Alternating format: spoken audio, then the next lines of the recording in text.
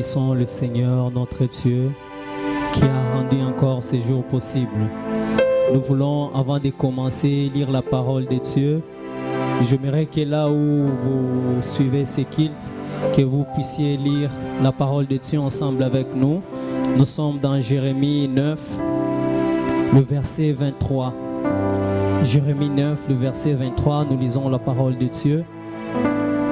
Ainsi parle l'Éternel, que les sages ne se glorifient pas de sa sagesse, que les forts ne se glorifient pas de sa force, que le riche ne se glorifie pas de sa richesse, mais que celui qui veut se glorifie d'avoir de l'intelligence et de me connaître, de savoir que je suis l'Éternel, qui exerce la bonté, le droit et la justice sur la terre. C'est à cela que je prends plaisir, dit l'Éternel. Alléluia. Qu'ils soient encore bénis ce matin. C'est lui qui nous a fait grâce de les connaître. Alléluia. C'est une grâce de connaître notre Dieu. Alléluia. Nous les bénissons encore. Lui qui nous a aidés, lui qui nous a fortifiés, qui nous a gardés, qui nous a protégés, qui nous a épargnés. Voilà pourquoi ce matin nous voulons encore lui dire merci. Nous voulons encore élever son Saint-Nom. Nous voulons encore bénir, lui dire combien il est grand, combien il mérite. Alléluia. Nous élevons encore son nom ce matin. Alléluia. Alléluia. Sois béni notre Dieu. Sois encore élevé ce matin, Dieu puissant. Sois encore élevé, le Dieu puissant. Alléluia. Seigneur, sois élevé encore mon Dieu, mon roi. Que ton nom soit béni ce matin, notre Dieu. Nous te bénissons, nous t'élevons, Seigneur. Toi qui vis à jamais. Alléluia. Sois béni notre Dieu. Alléluia. Sois béni notre Père. Sois encore élevé, le Dieu puissant. Sois exalté, le Dieu vivant. Alléluia. Likolo nase ngumameli yonsambe. Yonsambe mokelina nyonso. Alléluia. Sois béni notre Dieu. Jésus. Bien-aimé, élève Dieu là où tu te trouves. Alléluia. Commence à élever le Seigneur, car il mérite encore. Ce matin, il le mérite. Alléluia. Jésus, tu le mérites, notre Dieu. Voilà pourquoi nous voulons encore t'adorer ce matin, notre Dieu, car tu le mérites, notre Père. Alléluia. Tu es Dieu, nous le confirmons encore ce soir. Ce matin, nous le confessons encore que tu es Dieu. Alléluia. Le Dieu puissant. Alléluia. Jésus. Alléluia. Sois béni, Jésus. Alléluia. Alléluia. Alléluia.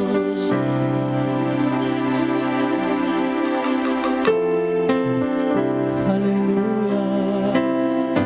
Ah, bien-aimé, élève encore le roi des rois. Élève encore le Tout-Puissant. Jésus. Alléluia. Nous t'élevons le Prince de paix. Alléluia. Jésus.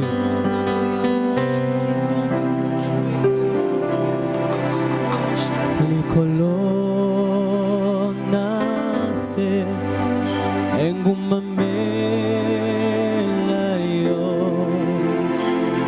yo zambe nanguya likolona se engumamela Yonzambe na holy colonna se engumamela yo Yahweh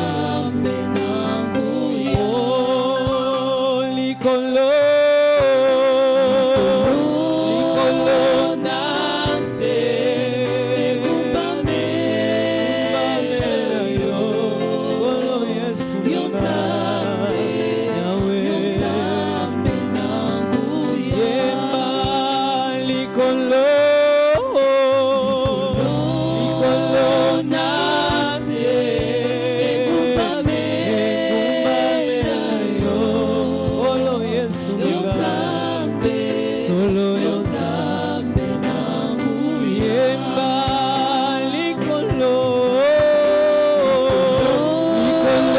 na se ekumbamela yo Yesu nanga yo nzambe yemba lisusu likolo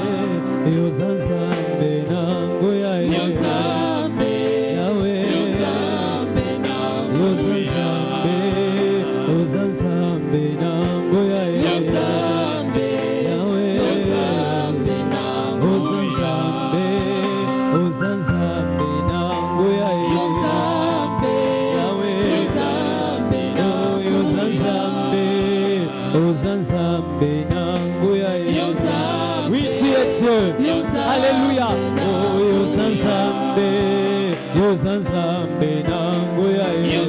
C'est toi le Dieu puissant. Alléluia.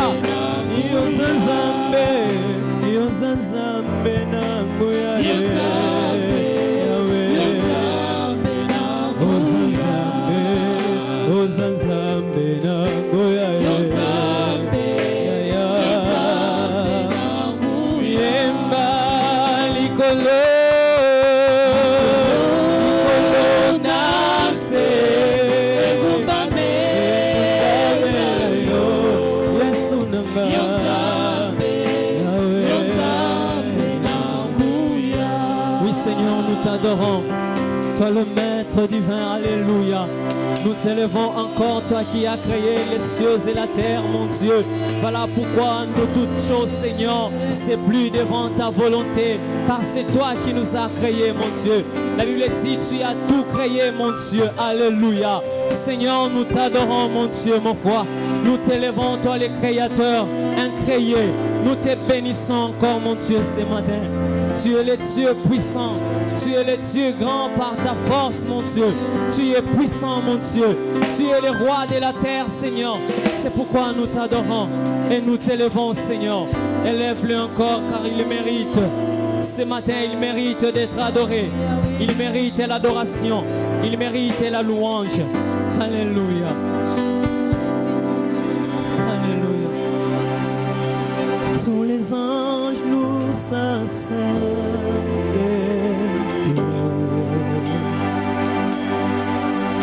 L'univers crie sa majesté.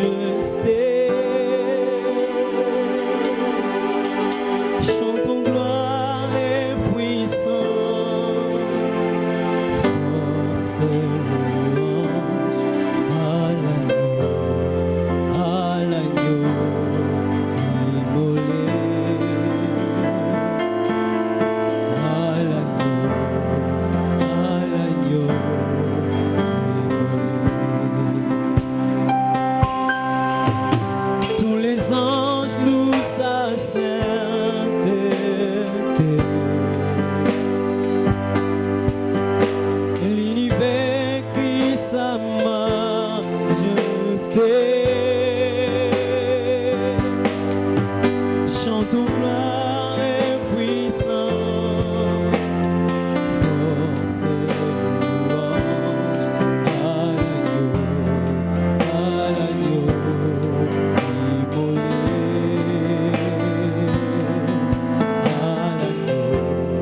à l'agneau immolé. Oh, tous les anges louent sa sainteté. Alléluia. Oh, l'univers entier, Seigneur, crie sa majesté. Alléluia. Oh, chantons gloire et puissance, Alléluia. force et louange à l'agneau immolé, à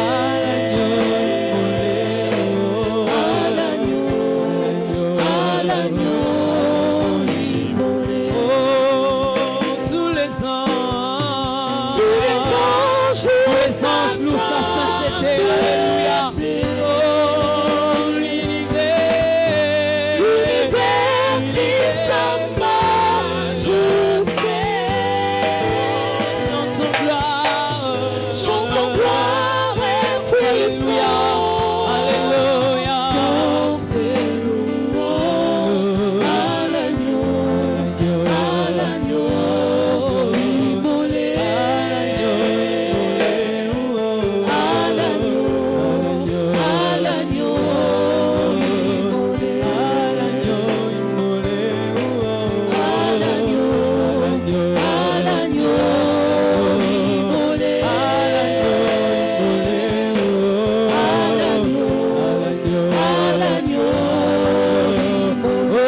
à l'agneau immolé, à l'agneau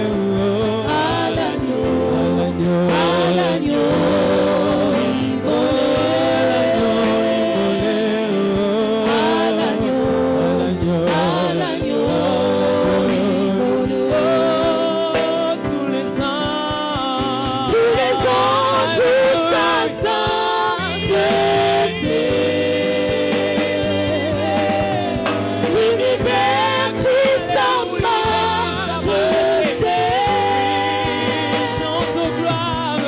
chantons gloire et puissance, force et louange à l'agneau immolé, à l'agneau immolé.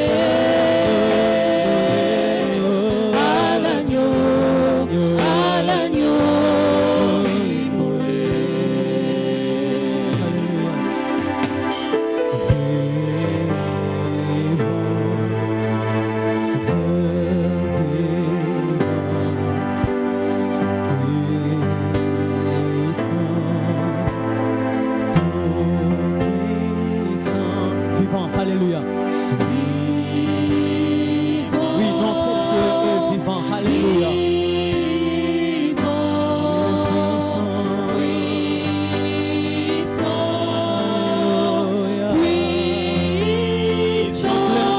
Notre Dieu est vivant, alléluia. Dieu vivant, puissant, tout puissant, Dieu vivant, Dieu tout puissant. tous les anges louent sa sainteté. L'univers crie sa majesté. Chantons gloire et puissance, force et louange à l'agneau immolé, à l'agneau immolé.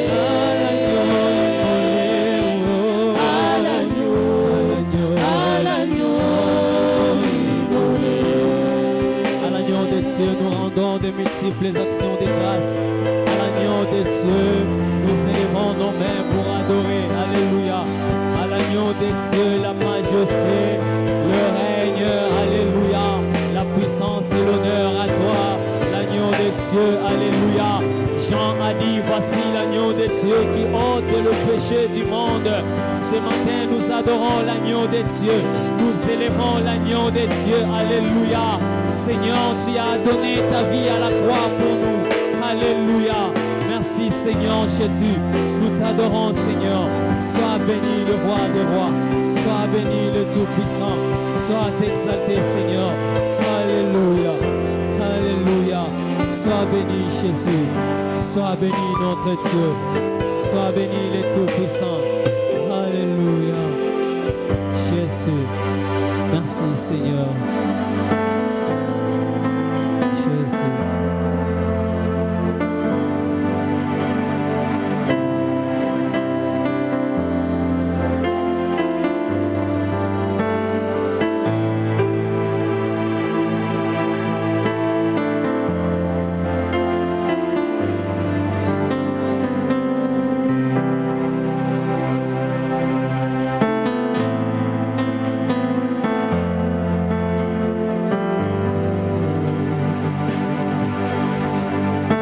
Jésus soit béni. Nous t'adorons, Seigneur. Nous t'élevons, Jésus. Alléluia. Nous élevons ta majesté, Jésus. À toi la majesté, notre roi. À toi l'honneur et la gloire. À toi la puissance. Adore le Seigneur là où tu es. Si tu peux t'élever, lève-toi là où tu es, commence à adorer le Tout-Puissant. Jésus, nous t'adorons, le roi des rois, l'agneau des cieux. Alléluia. Nous te bénissons encore ce matin. Sois loué, Jésus. Sois exalté, Père éternel. Alléluia. Alléluia. Nous nous approchons devant de toi ce matin, Seigneur, pour t'adorer l'agneau immolé, l'agneau des cieux, assis à la droite du Père. Alléluia. Sois béni Jésus.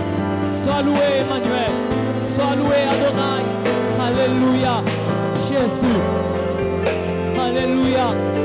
Bien-aimé, adore-le encore là où tu es.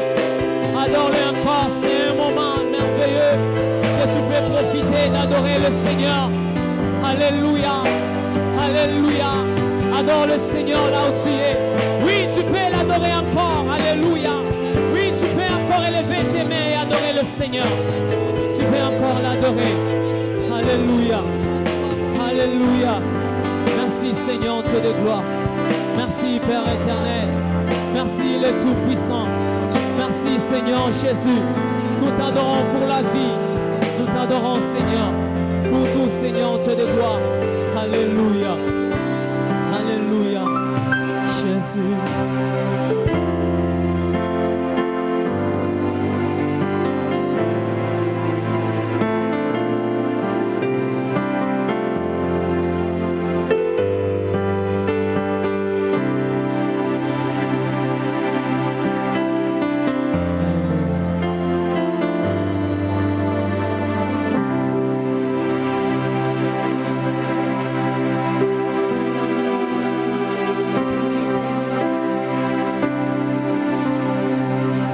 Alléluia, nous bénissons le Seigneur. Nous élevons encore le roi des rois. Alléluia. Bien-aimé, là où tu es, tu vas élever le nom du Seigneur ensemble avec nous. Avant de commencer, nous voulons lire la parole de Dieu. J'aimerais que là où tu es, que tu puisses t'élever, ouvrir ta Bible. Et nous allons lire la parole de Dieu. Nous sommes dans Jérémie 9, le verset 23. Nous lisons la parole de Dieu. Au nom de Jésus-Christ.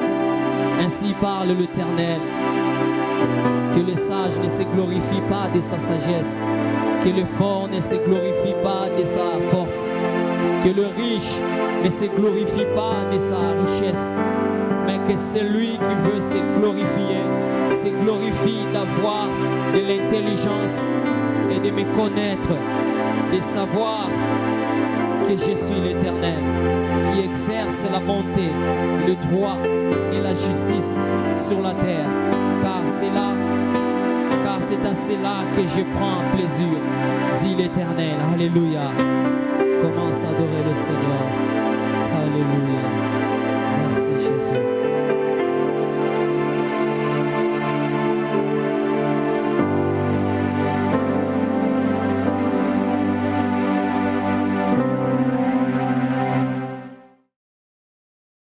Seigneur, nous vous disons shalom. Ce matin, nous sommes dans la joie de partager la parole de Dieu avec vous. Inclinons nos têtes, nous prions et recommandons ce moment à la grâce de Dieu. Notre Dieu, notre Père, nous te rendons gloire et grâce pour ta parole ce matin. Nous sommes infiniment reconnaissants de la recevoir de toi. Nous sommes dans la joie de t'écouter, Seigneur Dieu, ce matin encore. Nous voulons te dire, parle, nous t'écoutons. Seigneur Dieu, bénis ta parole dans mon cœur, parle en moi, afin que je parle en toi et afin que la parole, Seigneur Dieu, sorte telle qu'elle devrait sortir. Bénis chacun qui la reçoit de bon cœur. Touche celui qui est distrait et que un mot de cette prédication interpelle quelqu'un quelque part au nom de Jésus. Amen. Nous lisons notre texte de départ. Proverbe chapitre 2, 1 à 6. Proverbe 2, 1 à 6. Et nous compléterons notre lecture au fur et à mesure. Proverbe chapitre 2. 1 à 6, là que vous êtes à la maison, levez-vous pour faire la lecture par égard et par respect pour la parole de Dieu. On se lève pour la lecture. Proverbe chapitre 2, 1 à 6. Mon fils, si tu reçois mes paroles et si tu gardes avec toi mes préceptes, si tu rends ton oreille attentive à la sagesse, si tu rends ton oreille attentive à la sagesse, et si tu inclines ton cœur à l'intelligence, oui, si tu appelles la sagesse, si tu élèves ta voix vers l'intelligence, si tu la cherches comme l'argent, si tu la poursuis comme un trésor, alors tu comprendras la crainte de l'Éternel et tu trouveras la connaissance de Dieu. Car l'Éternel donne la sagesse, de sa bouche sortent la connaissance et l'intelligence. L'intitulé de notre méditation est « Recherche la sagesse ». C'est un impératif, c'est un conseil. Nous sommes appelés, nous sommes exhortés à rechercher la sagesse. Nous avons dit la fois passée que la sagesse est actuellement une denrée rare. C'est une matière qui est un peu difficile à trouver et lorsqu'on la trouve, elle ne correspond pas forcément à la pensée de Dieu, elle n'est pas forcément en accord et en harmonie avec la pensée de Dieu. Recherche la sagesse. Qu'est-ce que nous avons défini? Comment avons-nous défini la sagesse? Eh bien, nous avons dit que la sagesse, c'est le caractère prudent, circonspect, n'est-ce pas, d'action et de parole. C'est-à-dire, est sage celui qui est prudent, celui qui est circonspect.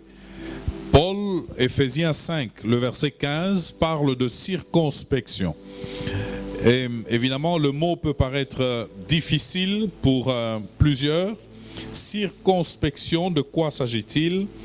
Eh bien, un homme circonspect, une femme circonspecte est une personne, n'est-ce pas, qui fait attention à ce qu'il dit, à ce qu'elle dit, une personne qui fait attention à ce qu'elle dit, n'est-ce pas, à ce qu'elle fait. C'est quelqu'un qui tient compte de ce qu'il dit. Il tient compte de ce qu'il fait et il tient compte des circonstances et du milieu dans lequel il se trouve.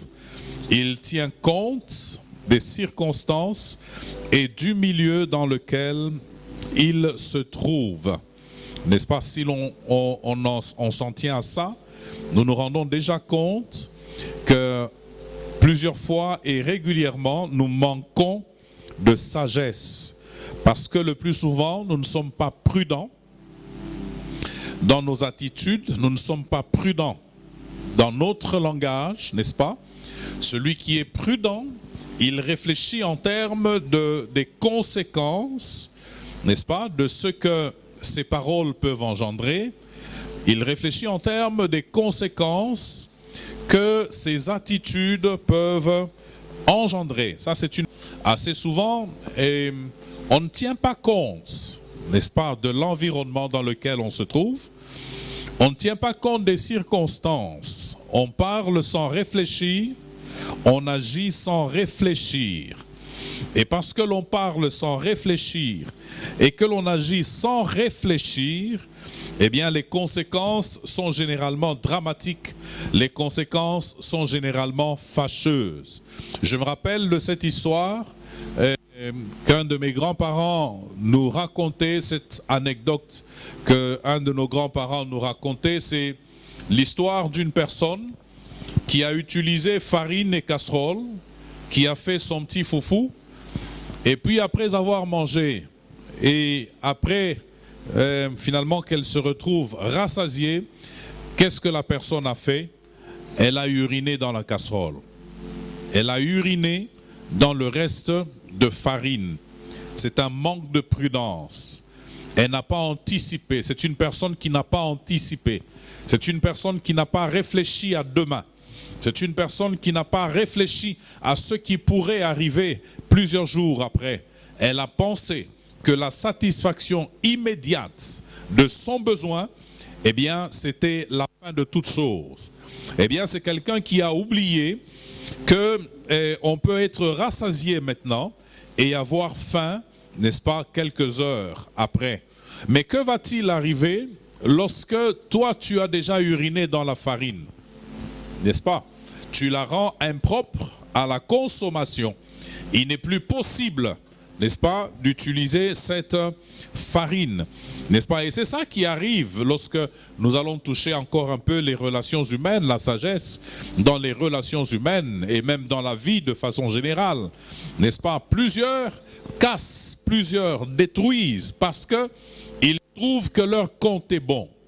Lorsqu'il a trouvé que son compte est bon, eh bien, il détruit tout le reste. Il oublie que la vie sur la terre est un cycle, c'est quelque chose qui continue, n'est-ce pas? La vie ne s'arrête pas à une satisfaction aujourd'hui. Il y a demain, il y a après-demain, il y a après-demain, n'est-ce pas?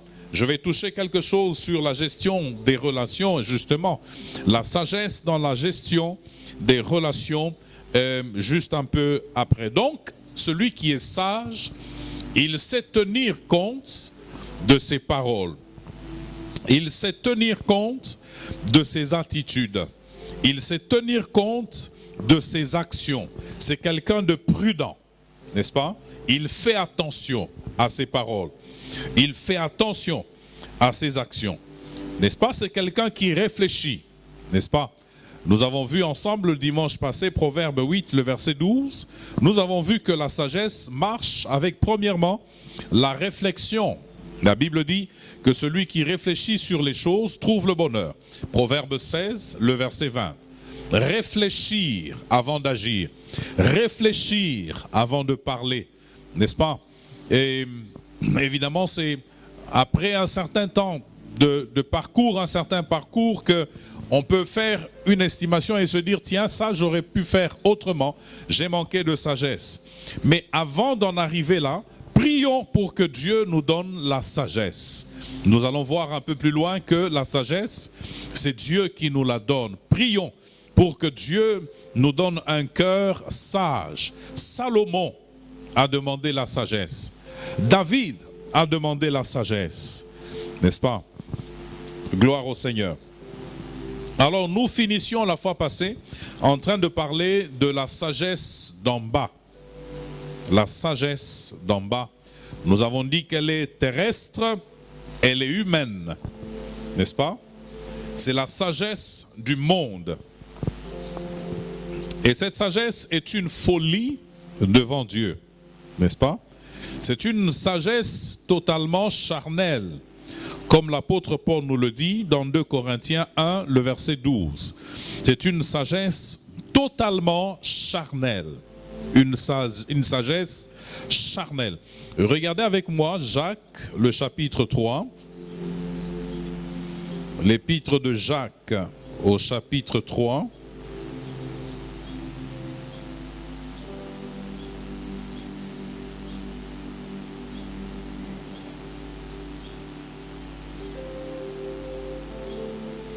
Le verset 13. Lequel d'entre vous est sage et intelligent? Lequel d'entre vous est sage et intelligent?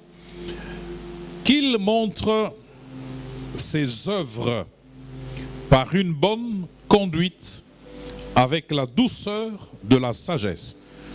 Que celui qui est sage, n'est-ce pas, le manifeste à travers la sagesse. Verset 14, il est dit, mais si vous avez dans votre cœur un zèle amer et un esprit de dispute, ne vous glorifiez pas et ne mentez pas contre la vérité. Cette sagesse n'est point celle qui vient d'en haut, mais elle est terrestre, charnelle et diabolique, n'est-ce pas? Car là où il y a un zèle amer et un esprit de dispute, il y a du désordre et toutes sortes de mauvaises actions. La sagesse d'en haut est premièrement pure, ensuite pacifique, modérée, conciliante, pleine de miséricorde et de bons fruits, exempte de duplicité, n'est-ce pas? Le fruit de la justice est semé dans la paix par ceux qui recherchent la paix. Gloire à Dieu. La sagesse terrestre, elle s'exprime à travers ce que la Bible appelle un zèle amer, n'est-ce pas? Un zèle amer, un zèle qui est fondé sur de mauvaises motivations de cœur, n'est-ce pas? Un zèle qui repose sur des combines charnelles humaines liées à une intention ou des intentions mauvaises de notre cœur. La sagesse terrestre, n'est-ce pas, amène le zèle, un zèle amer, n'est-ce pas? On veut faire, mais ce que l'on fait repose sur de mauvaises motivations de cœur, n'est-ce pas? Tout ce qu'on est en train de faire repose sur de mauvaises motivations de cœur. Quant à ce qui concerne les motivations, bien-aimés, souvenez-vous que la parole de Dieu nous enseigne que Dieu regardera aux motivations. Il est intéressé par les motivations de notre cœur. N'est-ce pas? Qu'est-ce qui me motive? N'est-ce pas? Donc la sagesse terrestre, elle est manifestée à travers le zèle amer. N'est-ce pas? Un esprit de dispute, concurrence, fanatisme, guerre, n'est-ce pas? Jalousie, animosité. Eh bien voilà ce que produit la sagesse terrestre, n'est-ce pas? Il y a de l'animosité, n'est-ce pas? Il y a des querelles, il y a de la convoitise, il y a de la jalousie, il y a de l'orgueil. Eh bien là, on parle, n'est-ce pas, d'une sagesse terrestre, n'est-ce pas? Et parce qu'il m'a fait ça, eh bien je vais lui faire sentir que moi aussi je peux. Et voilà, je pose aussi un acte juste pour manifester à l'autre que moi aussi je peux agir dans le mal, moi aussi je peux blesser, moi aussi je peux détruire. Ça c'est une sagesse diabolique, une sagesse terrestre, n'est-ce pas? J'ai entendu une personne dire, si tu veux gagner les faveurs du chef, tu veux avoir l'approbation du chef, eh bien va vers lui avec un rapport. Si tu n'as pas un rapport concernant une personne parmi les gens qu'il dirige, n'est-ce pas, des propos que tu as pris, que tu as capté parmi les gens qui dirigent. Si tu n'as pas un rapport, invente un rapport sur une personne. Parce que lorsque tu as inventé un rapport sur une personne, eh bien le chef, il se retrouve une relation de confiance n'est-ce pas, se tisse entre toi et le chef. N'est-ce pas? Ça, c'est un zèle amer. Je veux avoir l'approbation du chef, eh bien, je cherche à détruire l'autre, n'est-ce pas?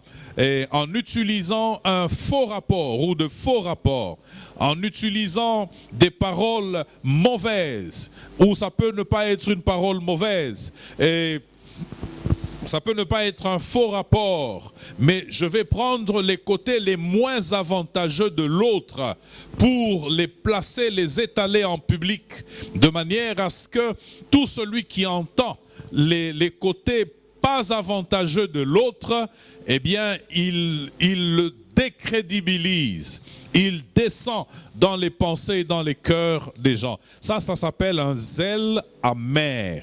Ça s'appelle un zèle amer. C'est un zèle amer. Je vais m'approcher de tel parce que lui a un peu de moyens, n'est-ce pas? Je vais créer une relation, une certaine intimité, de manière à ce que je reçoive ses moyens, de manière à ce qu'il me finance, de manière à ce qu'il me soutienne financièrement. C'est un zèle amer. Et lorsque j'entre dans sa maison, c'est pour dévaluer l'autre. C'est pour dire de mauvaises choses sur les autres. Pourquoi? Pour que moi, je sois, entre guillemets, élevé, que je sois apprécié. La meilleure façon, n'est-ce pas, de se donner de la valeur, ce n'est jamais de dévaloriser l'autre, de faire que l'autre perde toute sa valeur. Ça, c'est un zèle amer, un zèle totalement amer, n'est-ce pas? Je vais m'approcher de tel et lui, il va me conduire vers l'objectif que je veux atteindre, n'est-ce pas? Une fois que j'ai atteint l'objectif que je veux atteindre, eh bien je m'en débarrasse comme un vulgaire papier mouchoir, n'est-ce pas? Ça, c'est un zèle amer. Et là où il y a sagesse terrestre, eh bien il y a de mauvaises actions, de très mauvaises actions. N'est-ce pas? Imaginez que j'entre dans le bureau du chef parce que je veux qu'il m'apprécie, parce que je veux monter en estime dans son cœur. Eh bien, j'entre avec, entre guillemets, un rapport erroné sur une autre personne. Souvenez-vous toujours que c'est Dieu qui justifie. Souvenez-vous toujours de cela. Celui que tu veux abaisser aujourd'hui, parce que Dieu est son Dieu, il le justifiera. Il lui donnera l'élévation que toi tu n'imagines pas. Le zèle amer qui pousse aux mauvaises actions, un zèle impur, un esprit de dispute, là où il y a des querelles, il y a des médisances, il y a des mauvais propos. Ça, c'est un zèle totalement amer, des relations viciées, des relations pourries. Pourquoi? Parce que en dessous, les motivations sont mauvaises. En dessous, les motivations sont mauvaises. Je suis en train de penser, cette parole vient dans mon cœur tout de suite, dans Jérémie qui dit « Maudit soit l'homme qui se confie dans l'homme. » Maudit soit l'homme qui se confie dans l'homme. On ne se confie pas dans un homme. On se confie en Dieu qui est dans le cœur d'un homme. Parce que si je me confie en Dieu, Dieu saura comment manager ou travailler avec les cœurs des hommes pour qu'ils me soient favorables. Mais je ne vais pas m'appuyer sur un homme. Pourquoi? Parce que l'homme, c'est le monde des déceptions. L'homme, c'est le monde des déceptions les plus totales, n'est-ce pas? Voilà pourquoi il est dit, ne t'appuie pas sur un homme, ne te confie pas dans un homme, n'est-ce pas?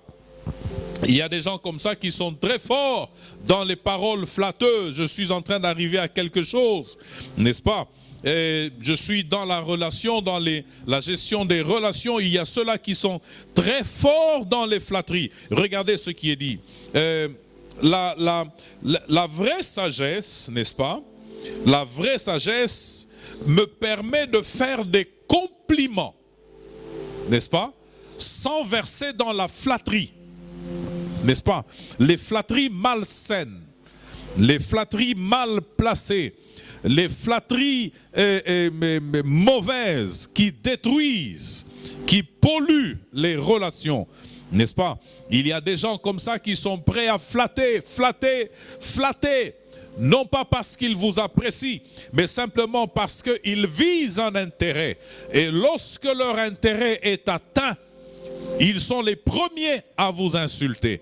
Ils sont les premiers à se lever contre vous. Voilà pourquoi j'aimerais dire, bien-aimé, que la sagesse ne doit pas nous conduire. Parce qu'aujourd'hui, on utilise les flatteries, n'est-ce pas, pour s'introduire. On utilise les flatteries pour bien disposer les cœurs envers soi. Non, la vraie sagesse ne nous conduit pas à cela. Nous sommes dans le cadre des relations humaines. J'aimerais insister sur cela, n'est-ce pas? Et éloignons-nous de toute forme de flatterie. C'est malsain, c'est malpropre, c'est sale, n'est-ce pas? Éloignons-nous des flatteries. Apprécions-nous les uns les autres dans la vérité, mais éloignons-nous de toute forme de flatterie, n'est-ce pas? Ça, c'est quelque chose qui détruit, qui pollue les relations par moment. Un flatteur. Et comme on a dit dans ce texte de récitation à l'époque, n'est-ce pas, tout flatteur vit au dépens de celui qui l'écoute, n'est-ce pas? Et la vraie sagesse, la sagesse me donnera d'être, n'est-ce pas, vrai, de pouvoir dire la vérité sans blesser, sans offenser, n'est-ce pas? La sagesse, c'est ça dans les relations. Elle me pousse, n'est-ce pas, à pouvoir dire la vérité, n'est-ce pas? J'ai entendu une fois une personne, après avoir parlé sans douceur, sans aucune tendresse, après avoir, entre guillemets, craché des vérités à une personne, à une autre personne, elle s'en sort et lui dit, et dit à tout le monde, je lui ai dit ces 4 vérités, je l'ai remis à sa place. Il a vraiment entendu. Non, ça c'est, les motivations sont mauvaises. C'est des motivations impures. La sagesse dans les relations humaines, n'est-ce pas, devrait, n'est-ce pas, m'amener non pas à flatter, comme je l'ai dit tout à l'heure, à être vrai, véridique, sans pour autant blesser, sans pour autant offenser. Un sage a dit que l'amour sans vérité, c'est une hypocrisie, c'est un mensonge. Mais il a dit aussi que la vérité sans amour, n'est-ce pas, est une épée qui blesse, une épée qui détruit, n'est-ce pas? Nous avons besoin de cette sagesse pour savoir dire la vérité sans blesser, sans offenser, n'est-ce pas? Et encore sans devenir totalement hypocrite.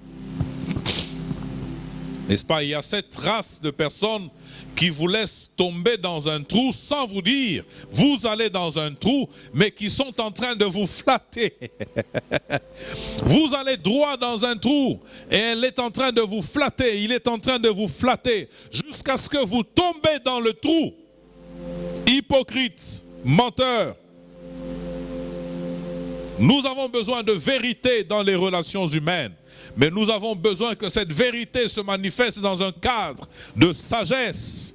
Nous n'avons pas besoin d'hypocrisie. Nous ne devons pas rester hypocrites. N'est-ce pas?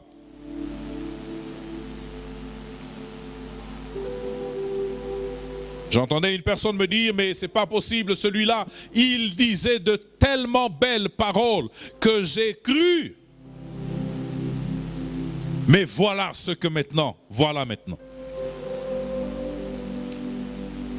La sagesse dans les relations humaines me dira comment parler aux autres et comment soigner les relations.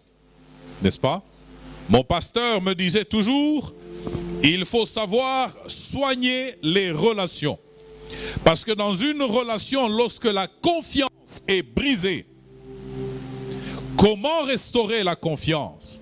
Lorsque la confiance est brisée, Comment restaurer la confiance? La sagesse, justement, peut nous aider, peut m'aider à ne pas briser la confiance avec les frères, les sœurs, n'est-ce pas, avec mes supérieurs. Comment ne pas briser la confiance? Eh bien, c'est en se laissant conduire par la sagesse. C'est une parenthèse importante que je voulais ouvrir et fermer par rapport aux relations humaines, n'est-ce pas? Par rapport aux relations humaines. L'homme sage, il sait comment dispatcher ses bonnes paroles. L'homme sage sait comment dispatcher ses bonnes œuvres.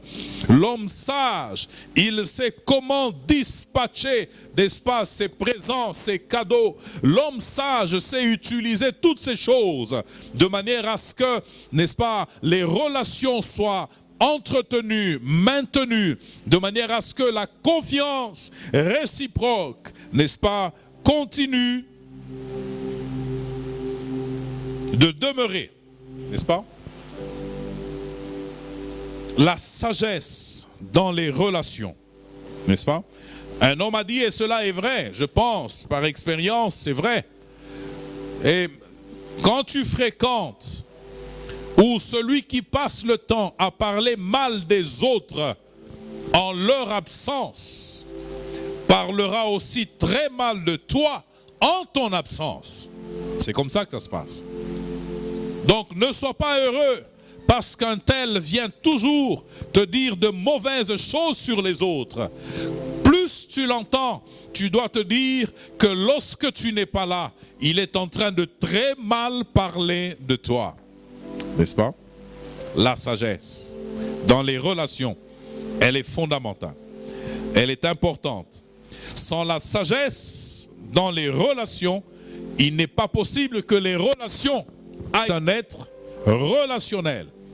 Nous fonctionnons dans le cadre de relations, des relations de confiance et non pas des relations assises sur un zèle amer, de fausses motivations, de faux mobiles, n'est-ce pas?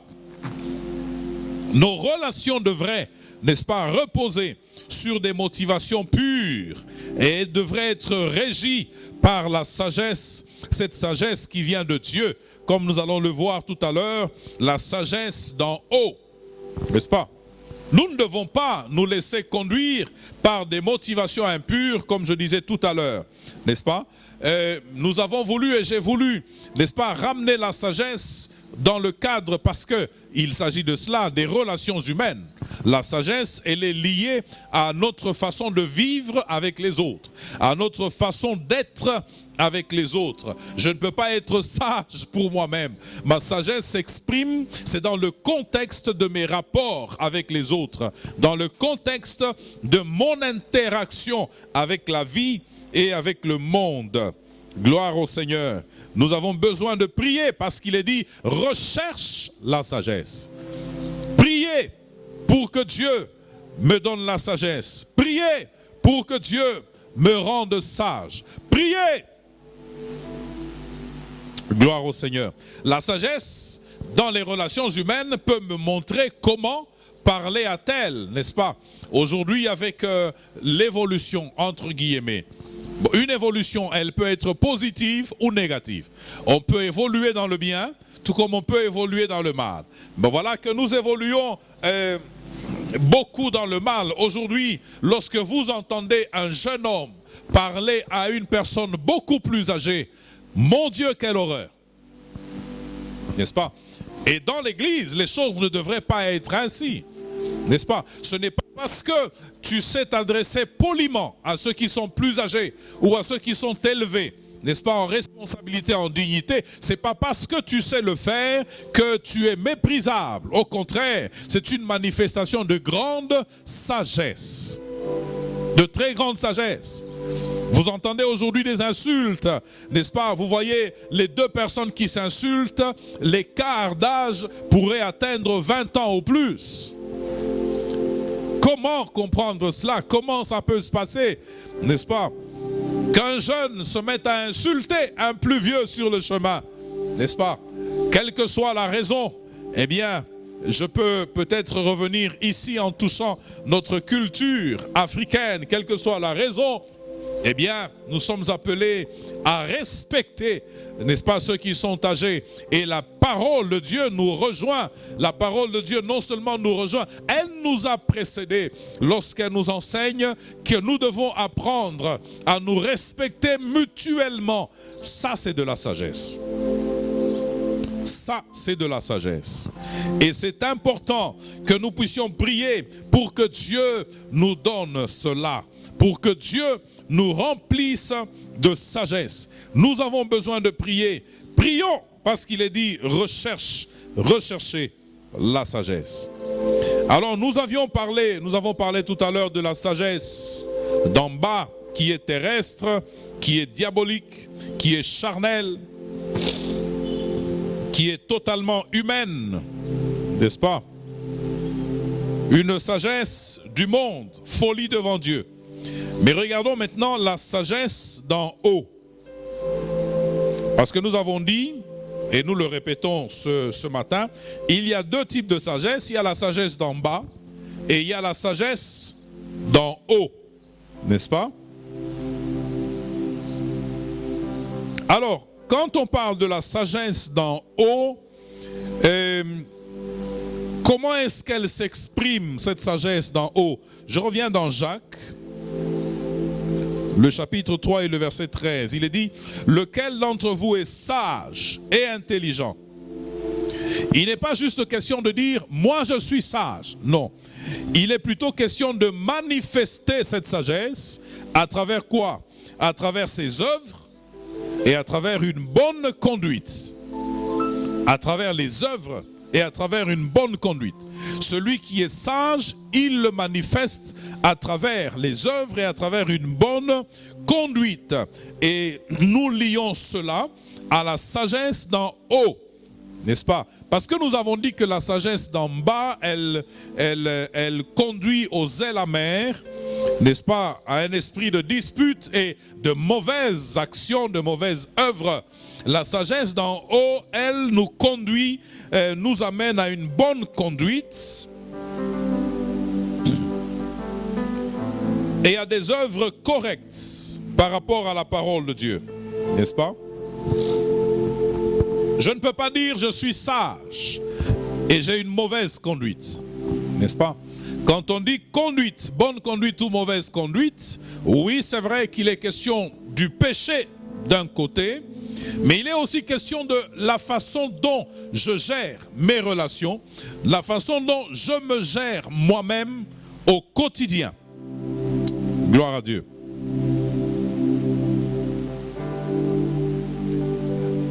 Tout de suite là, je suis en train de me poser la question, est-il possible d'avoir mauvaise conduite sans péché? Est-il possible d'avoir une mauvaise conduite sans forcément être dans le péché? Je pense que les deux marchent ensemble. Là où il y a mauvaise conduite, il y a péché. N'est-ce pas? On ne peut pas parler de mauvaise conduite sans péché. Non, ce n'est pas possible. Là où il y a mauvaise conduite, il y a péché. Mais la sagesse qui nous vient de Dieu, elle nous conduit, n'est-ce pas, à de bonnes œuvres et elle nous amène à une bonne conduite. De bonnes œuvres et une bonne conduite. Alors la sagesse d'en haut, regardons ensemble la sagesse d'en haut. Eh bien cette sagesse, elle nous est inspirée d'abord essentiellement par la parole de Dieu. Les enseignements de la parole de Dieu, n'est-ce pas? Proverbe 3, 21 et puis Proverbe 1, le verset 4. C'est la parole de Dieu qui nous inspire la sagesse d'en haut. Si je suis en contact avec la parole de Dieu, eh bien la parole de Dieu m'inspirera la sagesse d'en haut. Mais si je ne suis pas en contact avec la parole de Dieu, comment recevoir la sagesse d'en haut? Aujourd'hui, on trouve plus facile de prier sans avoir le regard dans les Écritures. Mais c'est une erreur. C'est une grosse erreur, n'est-ce pas? La sagesse nous est inspirée, elle nous est communiquée lorsque nous sommes en contact avec la parole de Dieu. Et Paul à Tite est en train de dire que la parole de Dieu s'est manifestée. Elle se manifeste en ce temps à travers la prédication, n'est-ce pas? Il y a les prédications, il y a les lectures, n'est-ce pas, de la Bible personnellement.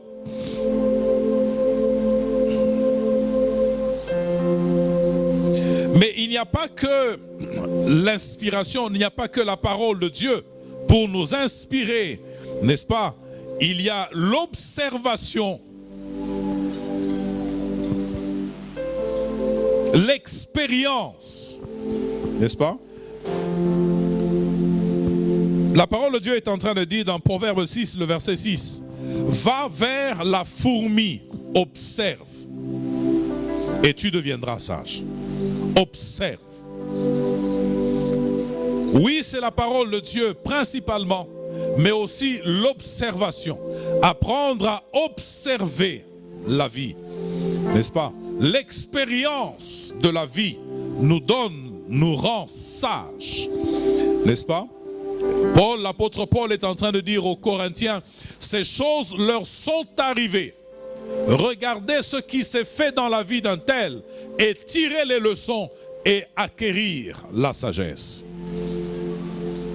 Je n'ai pas besoin d'aller tout expérimenter.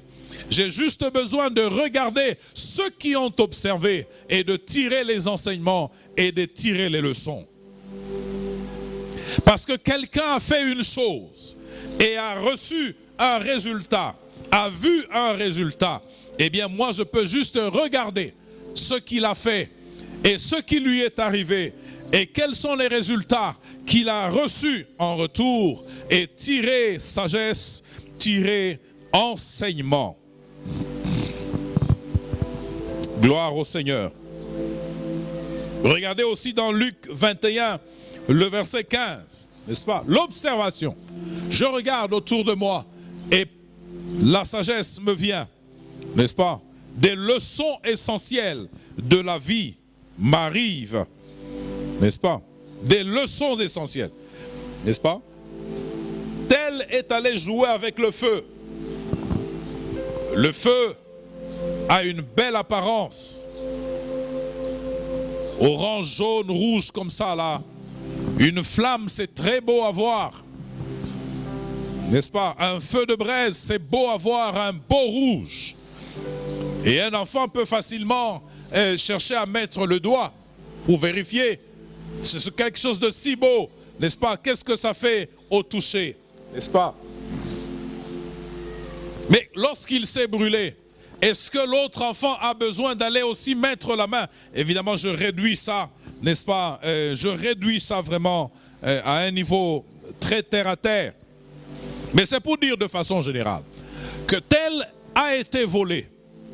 On l'a arrêté. Il a fait de la prison. Dois-je aller aussi voler pour être arrêté et faire de la prison? Ou dois-je tout simplement m'inspirer de ce que j'ai vu chez l'autre? N'est-ce pas? On l'a arrêté, il a fait la prison, il a tout perdu. Je tire l'enseignement dont j'ai besoin et j'avance. Ça, c'est de la sagesse. Bien-aimé, c'est Dieu qui donne la sagesse d'en haut. Jacques, le chapitre 1, le verset 5, nous dit ceci.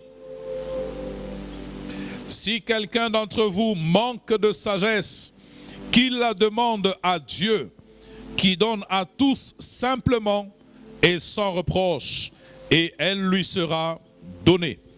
Si quelqu'un entend et sans reproche, n'est-ce pas?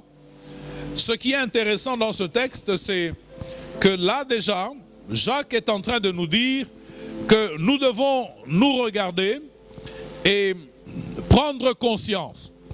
Suis-je sage? Si quelqu'un réalise qu'il n'est pas sage, il prend conscience qu'il n'a pas de sagesse. Que doit-il faire? Il est dit qu'il la demande à Dieu. C'est Dieu qui donne la sagesse. Dieu nous rend sages, n'est-ce pas? Et sur la même ligne, j'aimerais nous dire que nous sommes appelés à croître dans la sagesse. On grandit dans la sagesse. Ce n'est pas quelque chose que l'on a en bloc et c'est fait. Je suis déjà sage. Non, on l'acquiert au fur et à mesure. On acquiert la sagesse au fur et à mesure. Jésus lui-même, il croissait en stature, en grâce, en sagesse. Luc 2, 52. Il croissait en stature, en sagesse et en grâce devant Dieu et devant les hommes. Nous sommes appelés à croître en sagesse, grandir dans la sagesse, n'est-ce pas? Développer la sagesse, permettre à la sagesse de grandir en moi. Si je ne grandis pas dans la sagesse, cela veut dire que je ne fais pas de progrès dans ma vie spirituelle. Aujourd'hui, surtout chez les pentecôtistes, nous avons cette erreur importante. C'est que nous voulons substituer, remplacer toute chose par le charisme. Je parle en langue, donc c'est bon. J'ai eu une vision, donc c'est bon. C'est pas comme cela, les amis. Recherchez la sagesse. Nous sommes en train de dire que si je ne grandis pas en sagesse, cela veut dire que je ne fournis pas d'efforts, je ne grandis pas dans ma vie chrétienne. Je ne mûris pas dans ma vie chrétienne. Je disais tout à l'heure et je le répète encore, nous avons tendance à confondre grâce et caractère. N'est-ce pas? La grâce, elle est utile. Le charisme est utile pour le service, pour faire des choses. Tandis que le caractère est utile pour ma vie avec Dieu, ma marche avec Dieu, ma communion avec Dieu et la marche avec les autres. Je peux parler en langue et manquer totalement de sagesse. Je peux chasser des démons et manquer totalement de sagesse. Je peux chanter en langue mais manquer totalement de sagesse.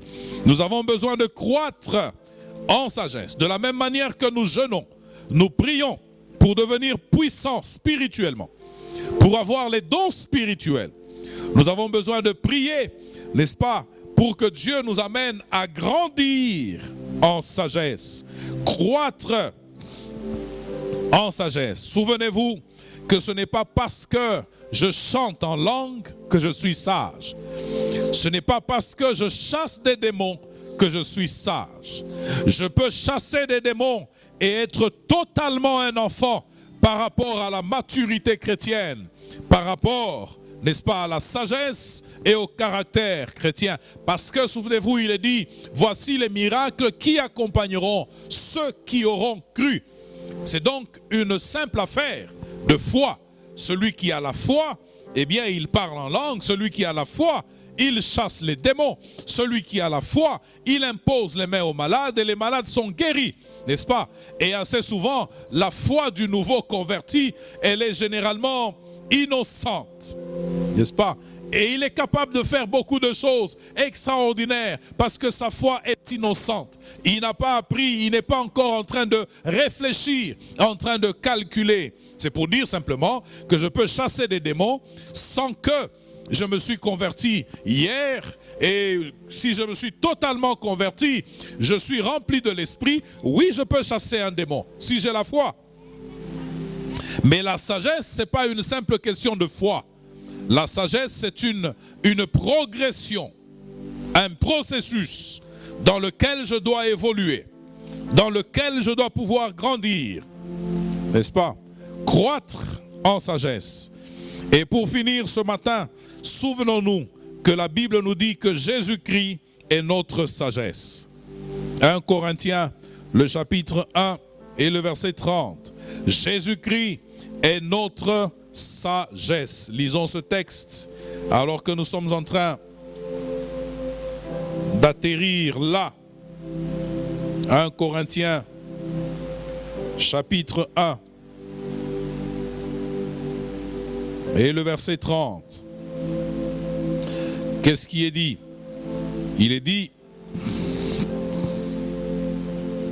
or, c'est par lui que vous êtes en Jésus-Christ, lequel, Jésus-Christ donc, de par Dieu, a été fait pour nous, sagesse, justice et sanctification et rédemption. Afin, comme il est écrit, que celui qui se glorifie dans le Seigneur. Afin, comme il est écrit, que celui qui se glorifie dans le Seigneur. J'aimerais nous engager ensemble à aller dans la prière pour que Dieu nous rende sages, pour que Dieu nous donne la sagesse, que Dieu bénisse sa parole. Au nom de Jésus. Amen.